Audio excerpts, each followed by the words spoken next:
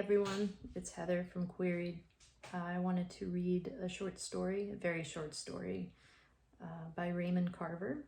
And just a heads up, it has some domestic violence in it, and just violence towards children. So if there are little ears in the room, or if you're sensitive to that stuff, you might want to skip this. But it has a couple different voices in it, so that's fun. All right. God, I really need to get WD-40 for this chair. All right. Little Things by Raymond Carver. Early that day, the weather turned and the snow was melting into dirty water.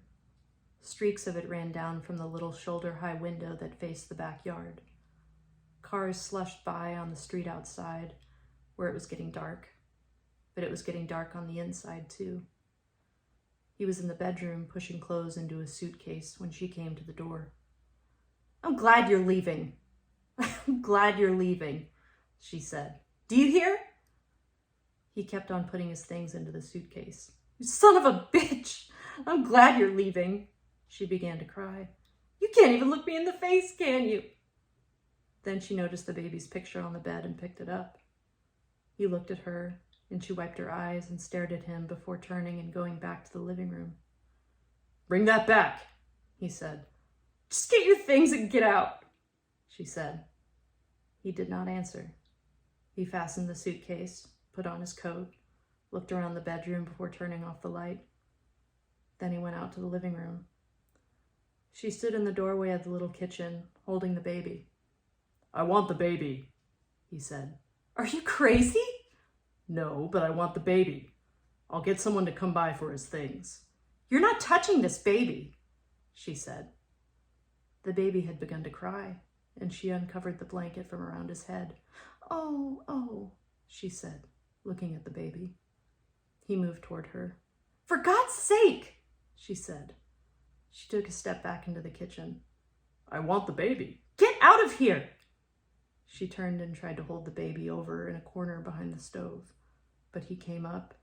He reached across the stove and tightened his hands on the baby. "Let go of him," he said. "Get away! Get away!" she cried.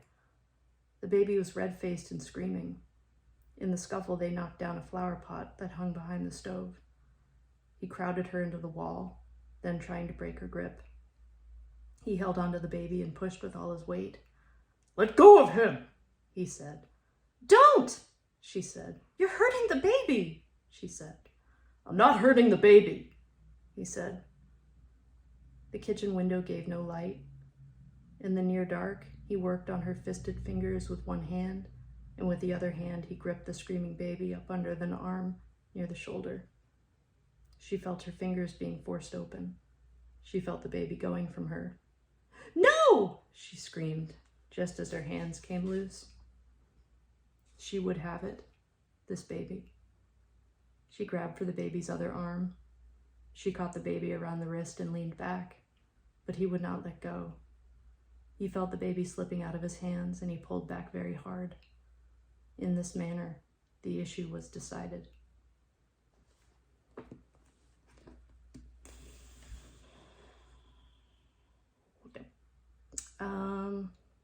Yeah, that's all I got. So I will pick something a little more lighthearted next time. But I hope you're all doing well, and that, I don't know, this time of year is difficult for some people, so hope I didn't make it more difficult. But like and subscribe if you're so inclined. If not, I completely understand. I'm just doing this for fun. So love you guys. Bye.